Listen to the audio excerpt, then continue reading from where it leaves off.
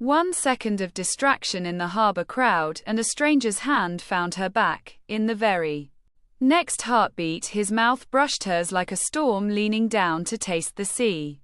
The city gasped. Her world tilted, and the warmth of that stolen kiss rewrote every quiet plan she thought was safe. Salt air, startled breath, and the wild certainty that something irreversible had begun. If this breathless beginning stirs you, stay with the story by subscribing and touching the bell so each new heartbeat of it can find you. Valparaiso smelled of sea salt, frying dough, and paint that had not yet dried on a mural. The city folded over itself in alleys and staircases that led the eye toward the Pacific whenever it wanted to dream. Estella ran a theater that lived on the kindness of neighbors and the stubbornness of teenagers who thought any stage could hold their futures. She was 32, wiry with the patience of someone who had learned to fix old light rigs and broken hearts with equal care. Her days unspooled between teaching voice to awkward kids who devoured old monologues and writing grant letters that gathered more dust than approval. She had been thinking of problems when his presence filled the small space behind her. He was taller than most men, broad in the shoulders as if he had carried drums or crates or the kind of responsibility that bent but did not break. His hair was wind-fried, and his eyes had the depth of harbor water at dusk, a color that promised storms and kept secrets. The hand that steadied her felt warm and practiced. It was not a clumsy gesture but the assured placement of someone used to navigating crowds. His kiss arrived like a collision that rewired time. It was rapid and decisive. A theft that felt, in its first flinch, like an act the city might forgive or condemn depending on which paper told the story. Estella's phone clattered into a puddle. A spilled coffee left a brown map on her sleeve. Everything in the street narrowed into the sensation of lips and air and the perfume of citrus and engine grease. The man tasted faintly of cedar and a hint of salt. He smelled neither of arrogance nor apology at first. He smelled, disturbingly, like weather. When he withdrew, he did not smirk. He looked at her with both apology and a curious insistence, as if contact had been a question and he now awaited an answer he had no right to expect. "I am sorry," he said, and his voice had both the aftertone of tide and the clean certainty of someone used to giving orders and imagining them obeyed. It was a foolish thing to do. Most people in her place would have shouted, filed a complaint, called a friend. Estella did none of that. Instead she steadied the wobble of her ankle boots, grabbed her soaked phone, and watched the man as if she were watching a ship at anchor. Something about the rawness of his contrition felt like a lever in her chest. She did not know whether to be furious or grateful. The crowd around them had their own stories. 2 street musicians played an accordion in the background, and a woman argued with a fishmonger about the price of scallops. The papers later would call him Mateo Rojas, a name that tasted like headlines and late-night debates. He was the founder of Lumena Labs, a company that redeveloped urban spaces with bright towers and glossy promises. Publicly, he was a man whose charitable gifts made art critics write syllables of approval and who gave speeches about Renaissance projects. Privately, he moved like a current, quick, purposeful, uneasy in the small talk that anchored social rituals. He followed her into a small cafe, insisting that he explain. And there in the lamplight of a place that smelled of espresso and caramelized sugar, he offered a small hand of restitution. He gave a business card that had his company's logo embossed like a promise. He apologized with an honesty that felt like a confession. A messy life had made him reckless, he said. and he had not known how to be anything but decisive when the world shifted under his feet. Estella had every reason to walk away.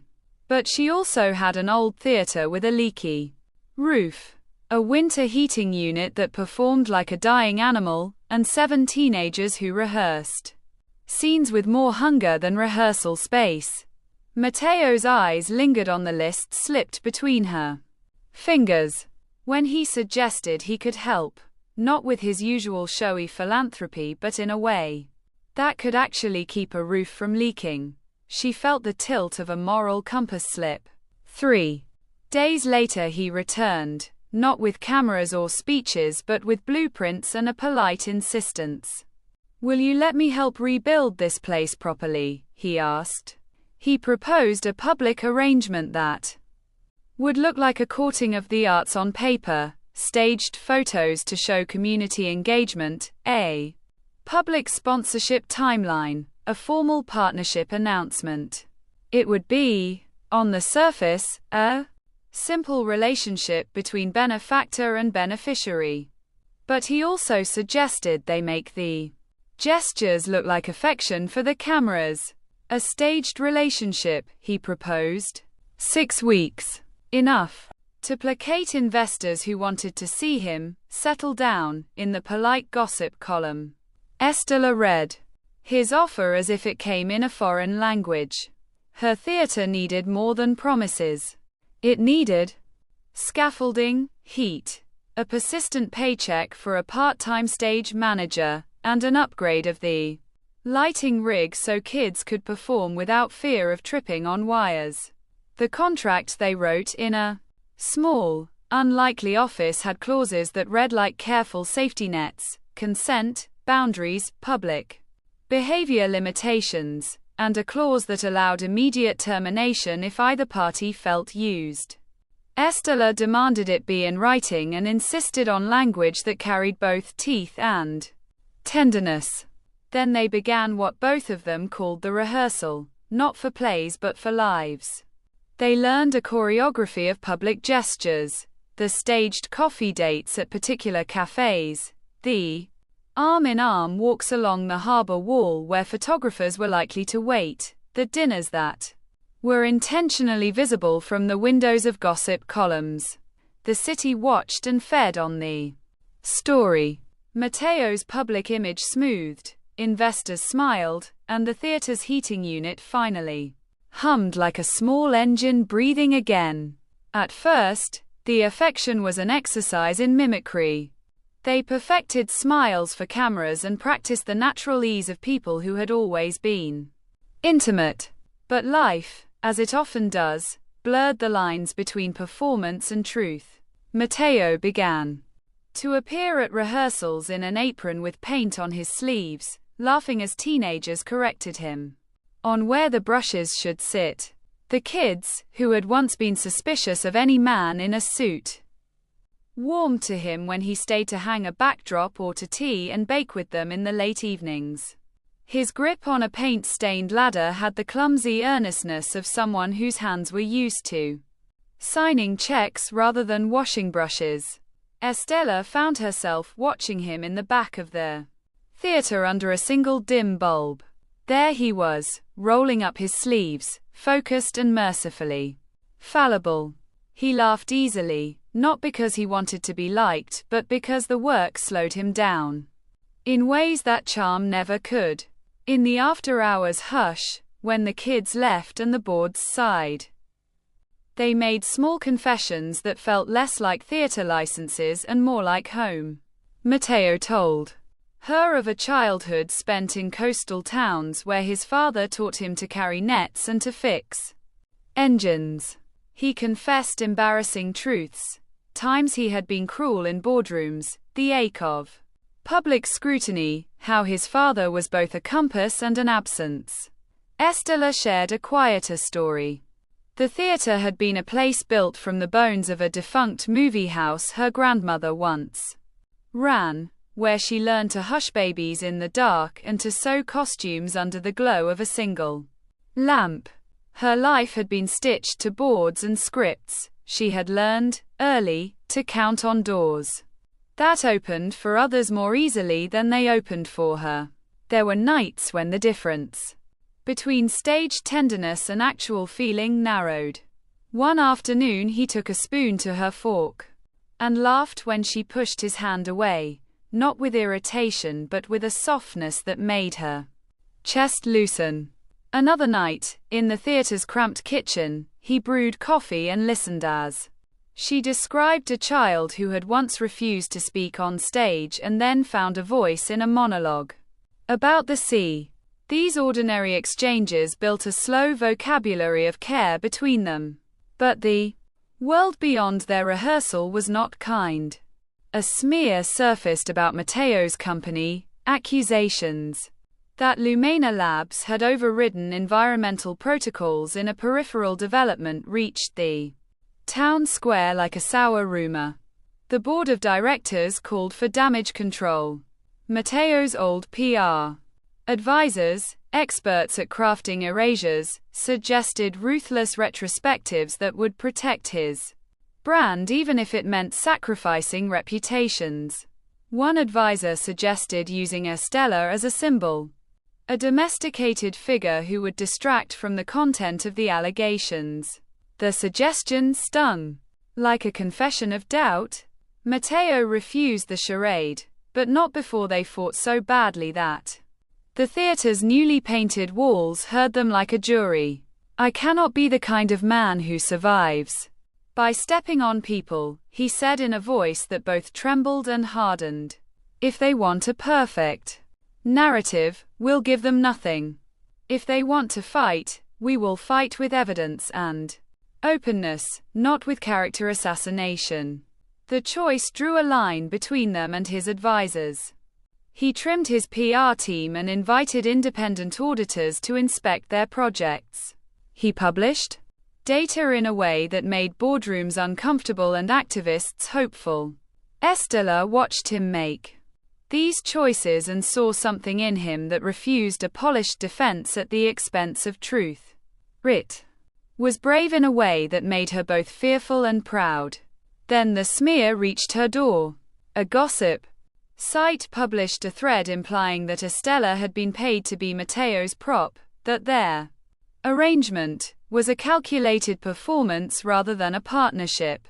Comments accused her of selling her art to the highest bidder. Worse, an old wound resurfaced. An estranged brother, Thomas, who had left home young and carried a bitterness like a stone, appeared in the gossip narrative.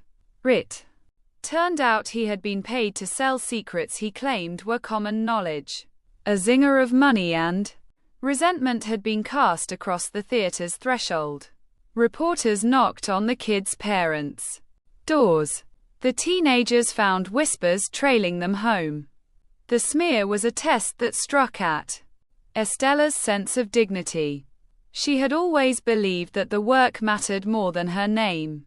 She had not expected that those she loved would be used as collateral in someone else's rewriting.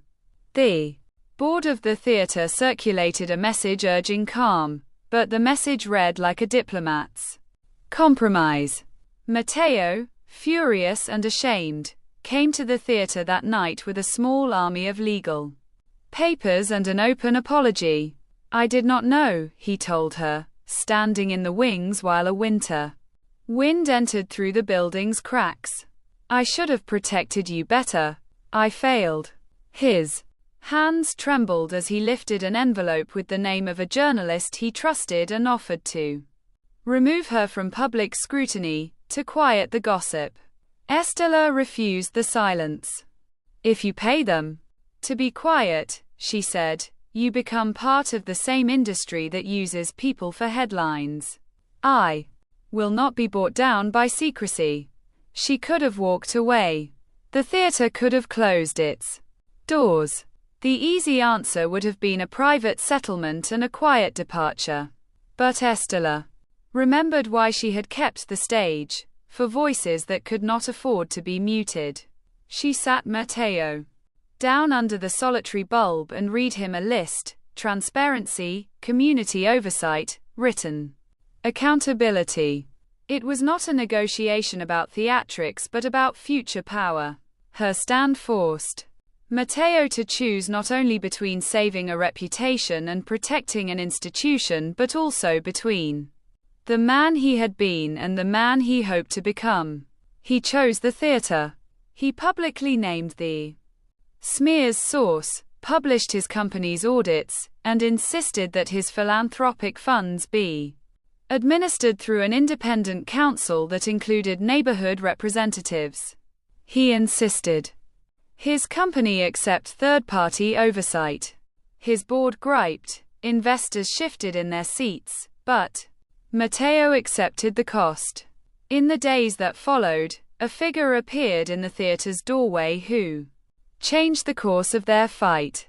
Rosa, a community organizer known for her sharp tongue and sharper convictions, had been a single mother of a boy who had once been Estella's student.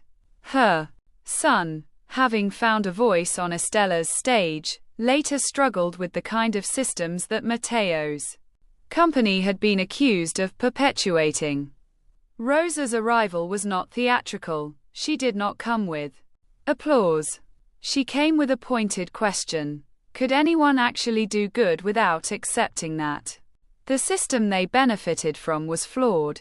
Rosa's presence introduced a new requirement, not merely charity but accountability. She pushed for community-run oversight, for measurable outcomes, rather than glossy press releases. She demanded that the theater be a partner in any corporate program and that the community itself be consulted on redevelopment plans. Her interrogations wounded and then cleared the air. They were cleansing like rain. The surprising twist emerged when Rosa revealed that she did not simply oppose Matthew's company out of principle. Her activist group had documented pollution at a coastal project where Lumina Labs had been involved indirectly. Her son had been hospitalized with respiratory issues near that site years earlier. The revelation connected Estella's theater to a larger network of consequences. She could either withdraw and let the theater be a display of charity or step into the arena and demand structural change. Estella chose the harder path. In a public forum, she refused to speak only as a beneficiary.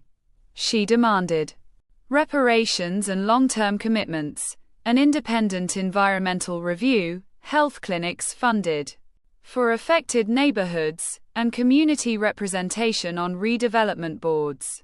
Matteo stood beside her and, in a moment that could have been staged, said words that were not rehearsed by PR consultants. I will answer for my company's past. We will fund independent oversight and change our contracting practices. I will not let my company use the theater as a facade. The words shifted the conversation. Some called them noble. Others called them impractical. The debate lasted for months. It forced board meetings that smelled of coffee and ego and pushed both Matteo's investors and Rosa's allies into conversations they had avoided for years. It fractured old loyalties and built new alliances.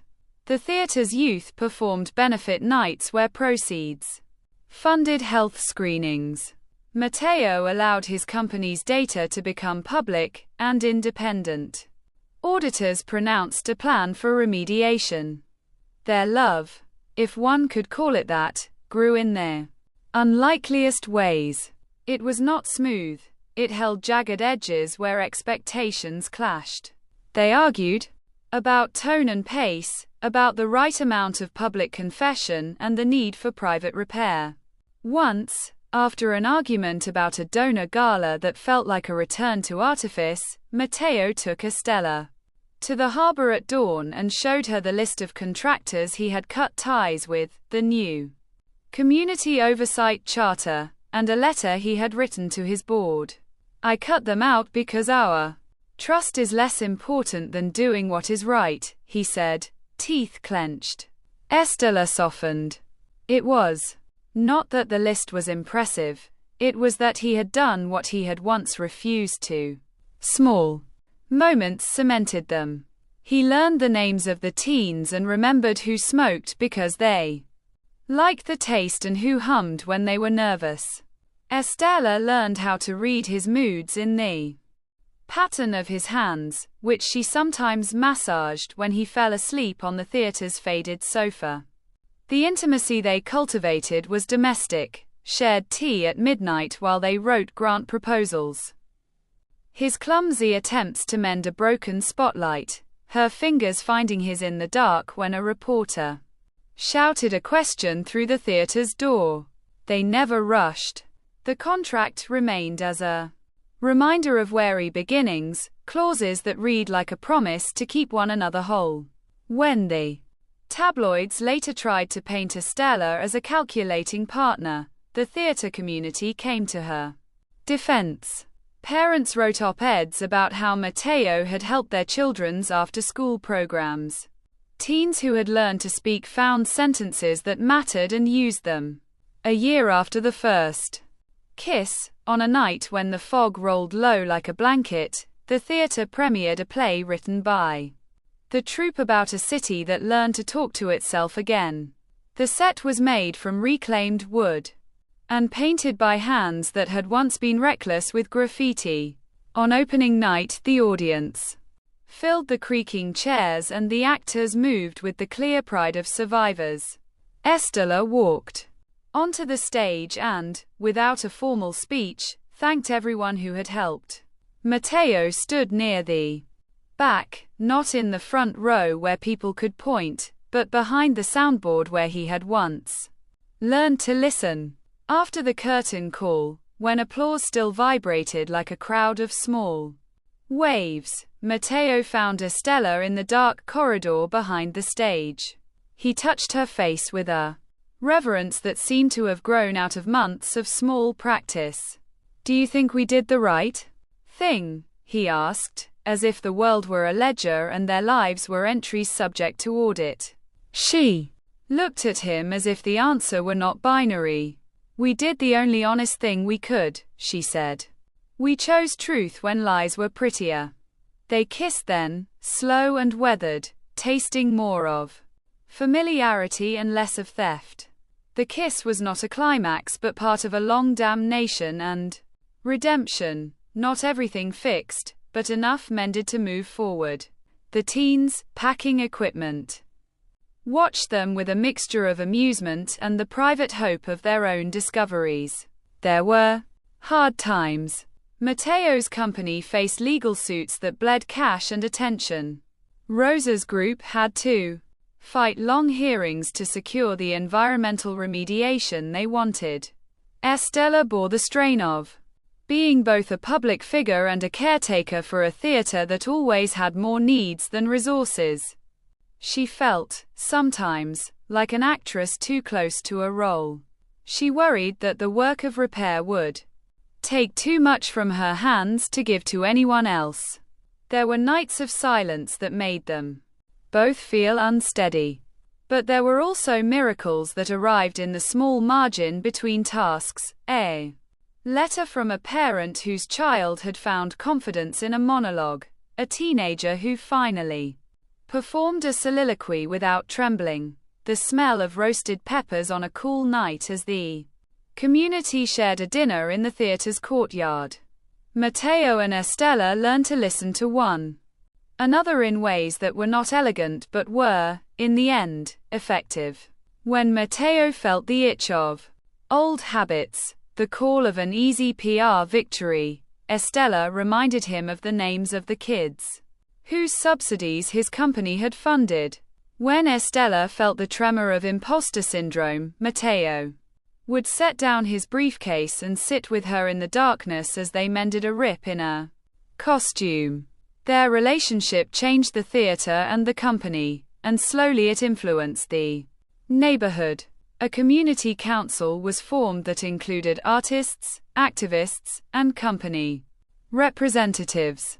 Contracts began to require community input for redevelopment that affected local residents. Matteo's company funded not just glossy renovations but long-term clinics and apprenticeship programs. Rosa's group kept the company honest and, over time, somewhat grateful. In the end, lives do not resolve neatly. There were days when the theater's heat hiccuped and nights when a new rumor tried to wedge between them. There were also mornings when Estella opened the theater before dawn and saw teenagers already there, rehearsing lines while waiting for a workshop. She would listen to their voices rise, and a tide of satisfaction would fill her ribs. On a clear day that smelled of laundry and lemon peel, many months after a kiss that had begun as theft, Matteo and Estella walked up the harbor stairs toward a mural the teens had painted. It was a riot of color that told a story of the city in slashes and hands. Estella paused, reached up, and brushed paint off his cheek with a tenderness that had nothing to do with cameras. He looked at her with an old steadiness transformed. "You were right about the council," he said. "We needed to step aside and let people be heard." "And you were right about money," she replied, dryly. "It can buy comfort, but only people can build community." He kissed her then, not the theft that began it all, but a keeping, a binding of messy hands and messy histories.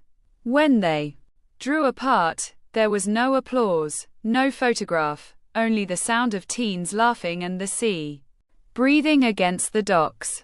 It was not a perfect ending because endings are rarely honest. It was, instead, a continuation.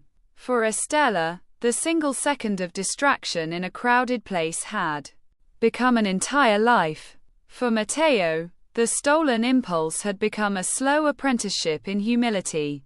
And together they learned that love and accountability could exist not as contradictions but as partners. At the last, when the city folded into its ordinary complications, and the theater hummed again like a small animal breathing, Estella stood under a streetlight and thought of all the small ways life had been rearranged. She smiled because the man who had pressed a hand to her back and stolen a kiss had, in the long exchange of time, become the man who taught her to accept help and to refuse shortcuts. The story that followed the second of distraction was not neat or triumphant in a single sentence. It was patient, a page turned, a stage set, a life rehearsed and lived. The curtain did not fall on perfection, but it settled on a room full of people who were learning to care for one another. That, Estella thought, was perhaps the bravest thing a city could do. Autumn arrived in a patchwork of wind and bright leaves that clung to stairways like confetti. The theater smelled of damp canvas and drying glue. Estella kept a schedule that left no room for idleness, morning workshops, afternoons spent negotiating with suppliers for recycled lumber, evenings dedicated to rehearsing with the troupe. The work had an edge that sharpened her. It also gave Matteo a reason to show up more often, and the frequency of his presence transformed from novelty into a steadying habit. One afternoon, as a rain-stippled light moved across the rehearsal room, Estella asked Matteo to help fix a set piece that refused to stand. The set was a ramshackle ship, an elaborate prop meant to anchor the troupe's new play, an allegory about migration and memory. It required someone with patience for knots and patience for lumber. Matteo arrived with a toolkit, a concentration on his face that suggested he had put on a uniform of humility rather than a suit of arrogance.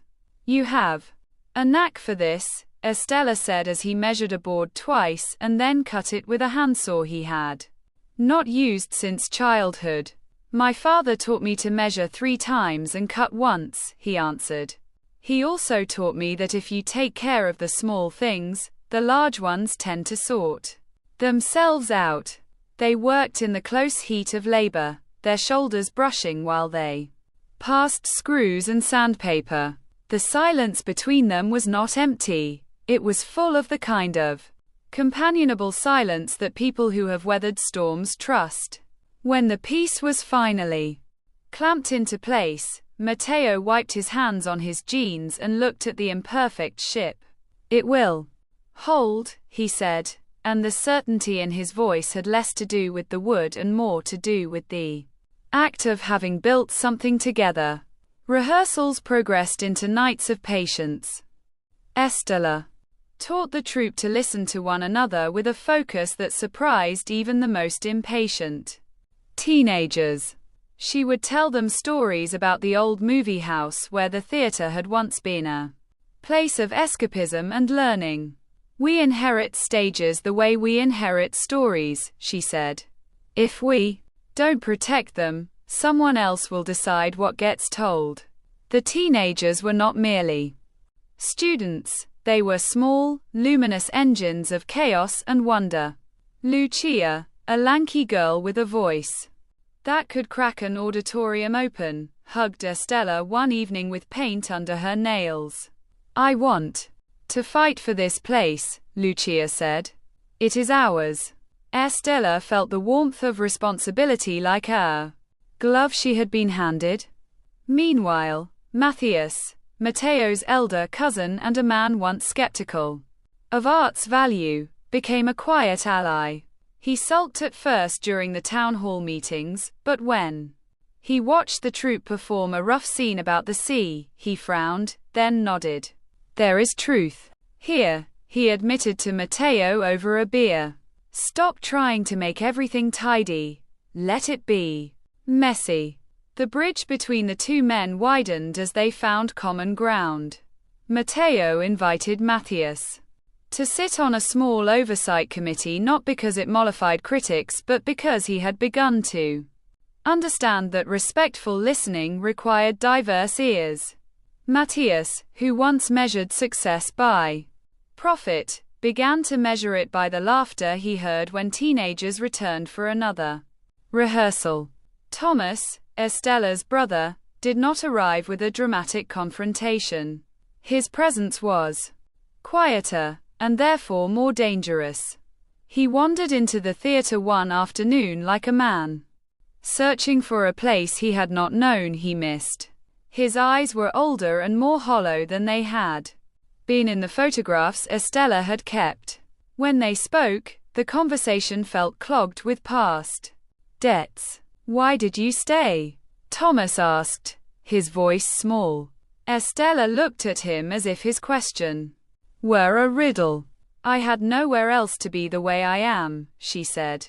"You left to find something. You thought I never needed to leave." Thomas knelt on a stool and ran his hand over a prop trunk as if it might tell him what he had lost. "I sold a story because I was hungry," he confessed. "I thought the money would make me more than what I was. It did not." There was a reconciliation of sorts that day, not complete but honest.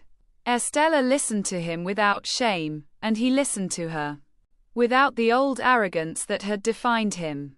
He apologized in a way that was small and real. He agreed to help in the kitchen and fix the backstage kettle without asking for pay. The narrative of betrayal was not fully dissolved, but its sharp edges were blunted by the slow work of living together under the weight of day-to-day tasks. Matteo, for his part, had nights alone where the weight of decisions pressed on him. The board meetings had not become any easier. A group of investors who preferred their philanthropic gestures to be uncomplicated threatened to withdraw funding. Legal bills arrived like cold mail. Matteo sat at his desk late one night and opened an old shoebox containing letters from his father.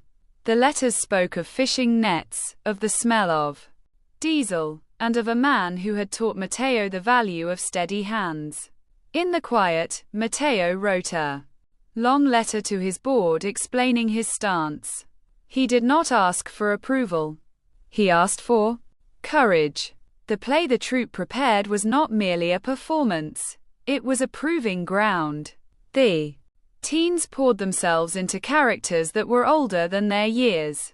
Scenes were rewritten until they felt like truth.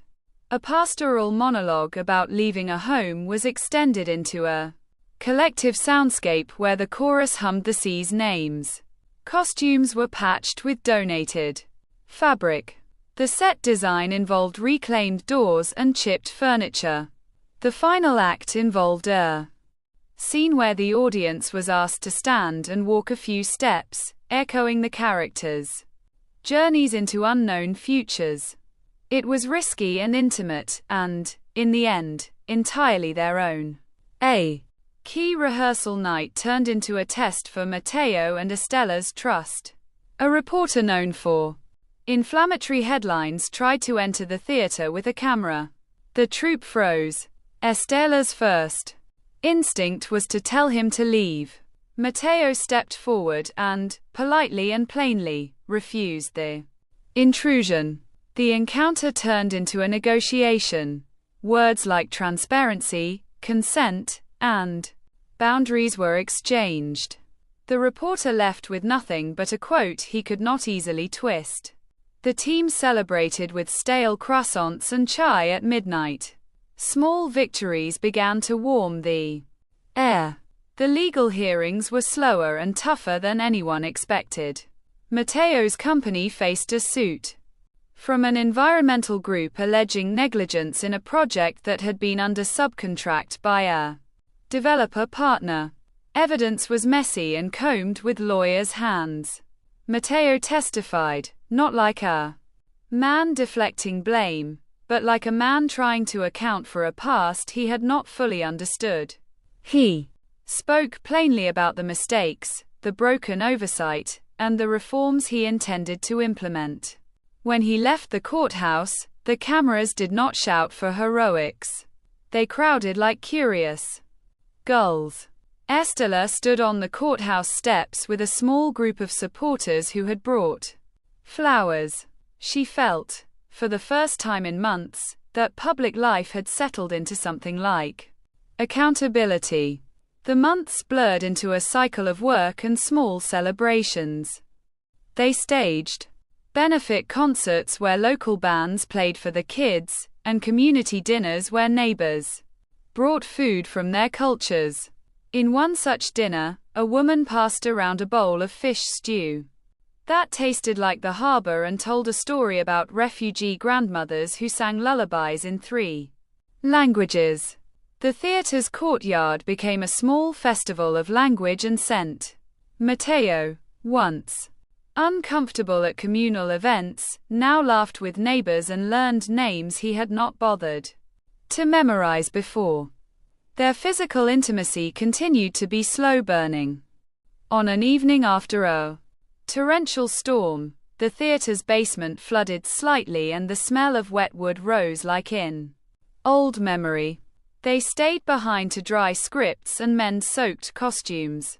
In the close heat, Estella leaned against a stack of chairs and watched Matteo fold a soaked curtain. Their hands touched as they passed a cloth. He looked at her and said softly, "I am here, Estella." She rested her forehead against his and felt, for a moment, the world align. "I know," she said. They kissed. Then, a quiet kiss, a mending of small things rather than a proclamation. It carried the taste of tea and a hint of the salt that always lingered around Matteo. It was a kiss made of duty and desire, braided into something that felt like faith. The months saw other stories bloom around them. Lucia earned a scholarship to a national arts program. One of the troupe's shyest members, Matteo's young apprentice Marco, performed a monologue about leaving home and found a voice that stunned the audience into silence. Rosa became a fixture, always present at meetings and sometimes dancing in the courtyard when the music swelled. Her leadership had changed from fury to firm negotiation. It was an edge that made people better rather than simply angrier. Then came an unexpected test that could have undone everything. A new developer bought a parcel of land near the coast and proposed a high-rise that would, critics said, choke the harbor view and displace a small community. Protests formed. Matteo found himself torn between lucrative contracts and the community he had pledged to honor. The developers offered him a stake in the project, money, and influence. It was an old temptation to accept and cushion the blow for his company at the cost of neighborly trust. At a midnight meeting in the theater, Matteo put his cards on the table. He confessed his offer and asked for counsel. There was soundless anger and then a surprising counsel from Matthias. Take a smaller cut and ensure long-term protections for residents, Matthias suggested. If you must be in it, be the one who changes it from the inside. The decision was not easy, but Matteo found another answer. He proposed a new model. Refuse the high-rise as originally conceived and instead propose a community-led redevelopment that prioritized affordable housing, public spaces, and green infrastructure. He took a financial hit. Investors grumbled. Developers threatened to move projects elsewhere. But he believed the cost was worth the long-term health of the neighborhoods he had promised to serve. The community rallied. Fundraisers poured in. The theater hosted town halls, where architects, neighbors, and activists argued late into the night. Proposals were redrawn with more public space and less private access. In the end, the multinational developer backed down and accepted a compromise plan that reimagined the area. It was a small victory with long implications. The arc of the theater's rebirth was slow, and along the way the couple deepened in ways the early-stage defection could not have predicted. Matteo went home to his coastal villa less frequently, and when he did it was to bring plants to the theater's roof garden or to show a contractor how to lay out a water-saving system. He read the producer notes and learned to ask questions that were less about design and more about meaning. Estella, meanwhile, learned to accept help without shrinking, to ask for grants and to manage public scrutiny with a fierce compassion that sometimes silenced her. 3 years after the initial stolen kiss, the theater had become a pivot point in the neighborhood. A mural painted by the teens now wrapped the building like a promise, a collage of faces and sea and hands. The community center adjacent to the theater now offered health screenings and apprenticeships in green construction. Matteo's company had adjusted contracts to require community input. An independent oversight council met monthly and published reports online. Estella and Matteo were not naive or perfect. They still fought about tone, exposure, and the occasional misstep. Thomas had found steady work repairing sets and had become something of a beloved uncle to the teenagers. Lucia wrote letters to Estella, thanking her for a theater that had given the city a new way to speak. Marco's first short film, shot with a donated camera, won an award at a small festival and was screened in the theater to a standing ovation. On a clear morning, Estella stood on the theater's roof garden and watched the city wake. She felt the gravity of years in her bones and the lightness of small joys in her chest. Matteo joined her with 2 mugs of coffee and a pair of gloves for the garden. He kissed her, brief and tender, and she laughed. "Do you regret the way we started?" he asked. Estella looked at the mural and then at Matteo. "Not for a single second," she said. "But I regret that it took so long for people to begin to listen." They worked in their small garden together, planting herbs and folding a corner of the roof into a private patch where they could breathe. The theater's doors opened each night to rehearsals and meetings and the slow, beautiful commerce of care. It was not a tidy closure. It was a living thing, always demanding tending. One evening, the troupe performed a new piece called The Harbor's Hands, a play that stitched together stories from the community: fishermen, seamstresses, cleaners, teenagers, mothers. The play ended with a ritual where the audience placed a handprint on a communal banner that would hang in the theater's lobby. At the end of the performance, when the lights dimmed and the curtain fell, the banner glowed with a riot of hands, evidence that many had helped build the story. Estella stood backstage, breathing slowly. She felt the weight of history and the feel of it in her hands. Call used, paint smeared, real. Mateo slipped his hand into hers, fingers warm and sure. "We did this," he said, not as a claim but as witness. She squeezed his hand and thought of the gulls, the vendor's bell, the quick impulse that had once closed his mouth against hers.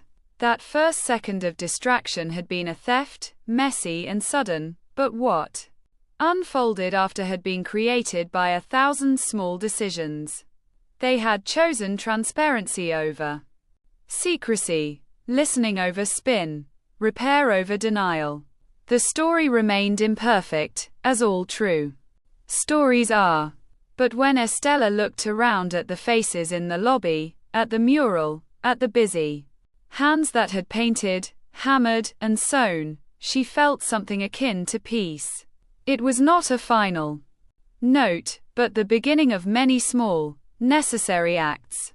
And through it all, the theater kept breathing, and people kept learning how to live with the kind of compassion that does not arrive fully formed but grows in the bone. As spring unfurled the city in a wash of jasmine and tar, life at the theater took on fresh rituals. Mateo's mother, a quiet woman who had once mended nets by lantern light, visited one afternoon and stood with a small, surprised smile as teenagers showed her how to line a stage. She did not carry fanfare or judgment. Instead, she brought an old tin of sewing needles and a soft, public approval that made Estella feel lighter. "You have given them a house," she told Estella in Spanish, and the words landed like a benediction. Mateo watched his mother and saw how her face relaxed in a way that made him think charity might be about more than money. That evening, they sat together on the theater steps and listened to the distant music of a rehearsal. Estella felt, then, an odd blessing. The world had both the capacity to wound and to heal, often with the same hands. There was a moment, private and insistent, when Estella's grandmother's brittle notebooks were found in a box stored under the dressing room floor. The notebooks contained old receipts and addresses and recipes for stage flourishes.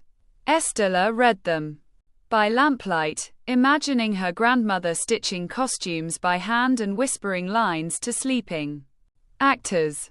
Those pages taught her that the theater had always been a place to shelter people and to make meaning where there was none. She read a note in the margin that said simply, "Fix the light. People need to be seen." She taped that line to the theater's lighting board as a reminder. One evening they drove to the cliffs above the harbor and sat in companionable silence until Mateo spoke of his father's lessons about currents and connection. Estella rested her head on his shoulder. "It took you long enough," she teased, but her voice was soft. The joke was a way of saying what both felt. A life does not change on a whim, but small acts of courage accumulate into a new geography. At times the weight of public life hurt. A heated council meeting about zoning turned ugly when an opposition councillor accused the theater of receiving preferential treatment. Estella went to the podium prepared to speak as a grateful recipient, but the words folded into something else. She stepped up and addressed the room not as a woman on the defensive but as someone asking for structural change. "This theater is not a gift to me," she said. "It is a place for us all to practice how we listen." If you prefer to debate headlines instead of people's lives, then you are not interested in justice. Her words landed with a hush. The opposition councillor, taken aback, had no easy retort. The town hall voted to support a series of community benefits, including public workshops and anti-displacement guarantees. It felt, briefly, like a victory for honest governance. They celebrated that night with stew and wine in the theatre's small kitchen. The work of repair, however, is never static. A rumor resurfaced that a contractor had used substandard materials on one portion of the redevelopment plan. It was not malicious in intent, but careless oversight, the kind that often cracks foundations. Estella, who had hoped the hardest days were behind them, felt her stomach tighten. Matteo, furious and ashamed, took responsibility publicly and promised a fix at his expense. He worked additional hours in the warehouse and negotiated hard with subcontractors until the error was corrected. The repair cost him money and face, but it bought back trust bit by bit. A tender moment came when the troops surprised Estella with a small scene they'd written about her grandmother. They acted the old woman setting a bulb into a lamp and muttering about seeing actors shine. Estella watched from the wings and felt a body of gratitude swell in her chest. She stepped on stage afterward and found herself trying on words she had not thought to say in front of an audience. "This theater is a mirror," she told them, "and a hammer. We shape one another with both." There were nights, too, when intimacy demanded language. One winter night, after an argument about transparency and how much the couple should share publicly, Matteo took Estella's hands in his and said, "I am scared I will lose you to the same world that nearly destroyed me." He had never spoken those exact words before. Estella's reply was honest and concise. "I am scared you will return to being a man who fixes problems by hiding them." She looked at him so the words would land. "We cannot have secrets, Matteo. If we want to build, we do it with doors open." They made a pact then, not written but solemn and real. When either felt fear of old instincts returning, they would speak it aloud. They would bring each other into the room where the hard choices lived. This practice changed the way they worked together. It slowed decisions, but it made the results more durable. Their romance continued its careful pace. They had a small ritual of cooking dinner on Sunday nights, often overly simple meals turned rich by conversation. Matteo learned to knead dough, and Estella taught him to tell a story without shaping it to sound clever. They took long walks up narrow staircases where vendors sold painted tiles and homemade jams. Each small, domestic chore braided into shared life. The theater's success led to invitations to help other neighborhoods and a modest local documentary that the teens helped shape. In quiet moments, they reflected on how they had arrived there. Matteo, who had once thought power and influence could compensate for clumsy conscience, now measured his days by the names of kids who arrived early for practice. Estella, who had once believed her survival depended on making her work invisible, now saw the theater as a platform for collective voice. They had changed in ways that were not flashy but significant. Slowly, as people change when given real reasons to act differently. On a late spring day, when the air smelled of jasmine and the mural's colors shone like a promise, the theater hosted a fair for neighborhood artisans. Stalls lined the courtyard, selling pottery, knitted hats, and small prints. The teens ran a booth teaching simple acting exercises to anyone willing to enter. Matteo wandered through the stalls with his mother at his side, buying a ceramic cup from a potter who had once been a stagehand. Estella sold tickets at the door and collected hugs from kids who had become family. The season closed with a modest ritual. Audience members wrote small commitments and left them in a wooden box on stage. The act of naming change felt fragile and brave. When the season slowed and nights were long, Estella and Matteo allowed themselves a rare holiday. They traveled to a small coastal town where Matteo had spent summers with his father, a place where the houses leaned into the sea as if gossiping with the waves. The trip was quiet and simple. They walked the cliffs and ate fish grilled on flint. At night, by a small fire, Matteo told Estella the story of a boat he had once fixed with his father, a vessel that had kept them fed during lean years. It was not a big thing, he said, but the work mattered. The boat taught me how to be responsible for other people. Estella held his hand and thought of the theater as a kind of vessel. It, too, required tending and often returned in ways that mattered. They returned with hands full of shells and small jars of salt, mementos that smelled of the sea. Time moved on, and the next winter saw more small challenges and quiet celebrations. There were lawsuits to manage, fundraising to coordinate, and a new platoon of teenagers to train. But the work persisted, and so did their commitment. Years later, life kept reshaping them in small ways, sometimes with aches and quiet adjustments, but also with the steady comfort of continued work and companionship. In public, critics sometimes tried to fit their story into tidy tropes: a billionaire redeemed by love, a director rescued by patronage. But in the small rooms and often in private, the story was messier and truer. It was a story of people making choices that cost something, of slowing down the proud acts that hide the harm, and of building a community where the costs were shared rather than borne by the most vulnerable. At the end of the day, Estella still thought of that first second of distraction that changed her life. She did not romanticize the theft. She named it honestly as both violation and the beginning of an unlikely conversation. But she also kept the life that followed as testimony that repair is possible when people choose to be accountable with one another.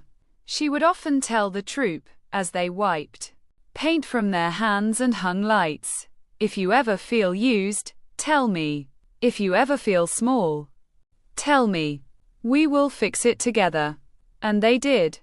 The theater hummed, the murals brightened with retouches, and the city, always complicated, always breathless, carried on, but softer in places where people had learned to listen and to speak.